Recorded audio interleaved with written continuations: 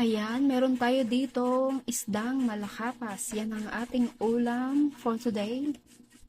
Yan, fresh. Ayan, malinis na yan. Yan ay sasabawan natin at pipirituhin. Ayan, galing sa laot. Fresh na fresh.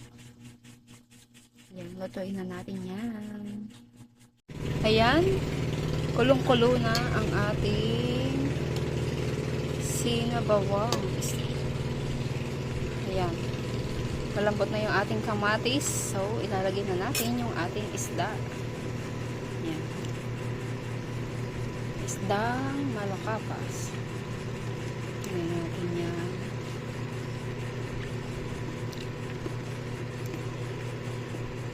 Tapos, takpan natin. Isang kulo lang. Ayan. Okay na yan.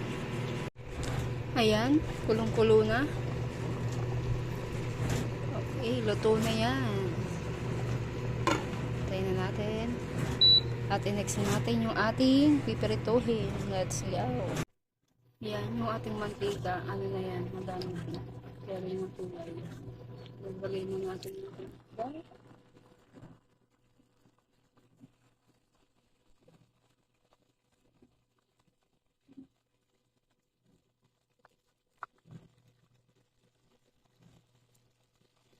Pinagpirituhan niyo ng isdang tuyo. Ayan, tuyo naman yung kulay. Ito, hindi pa naman.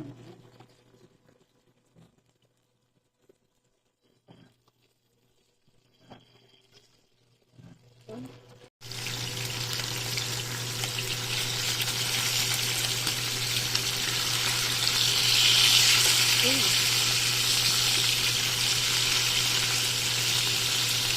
Layo tayo talaga ng konti at baka tayo ay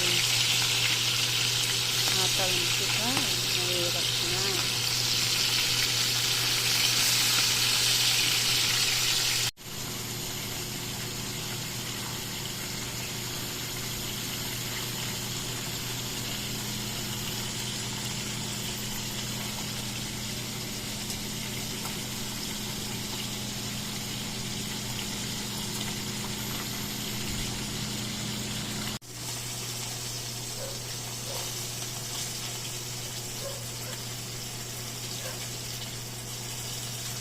Ayan, luto na ang ating ulam.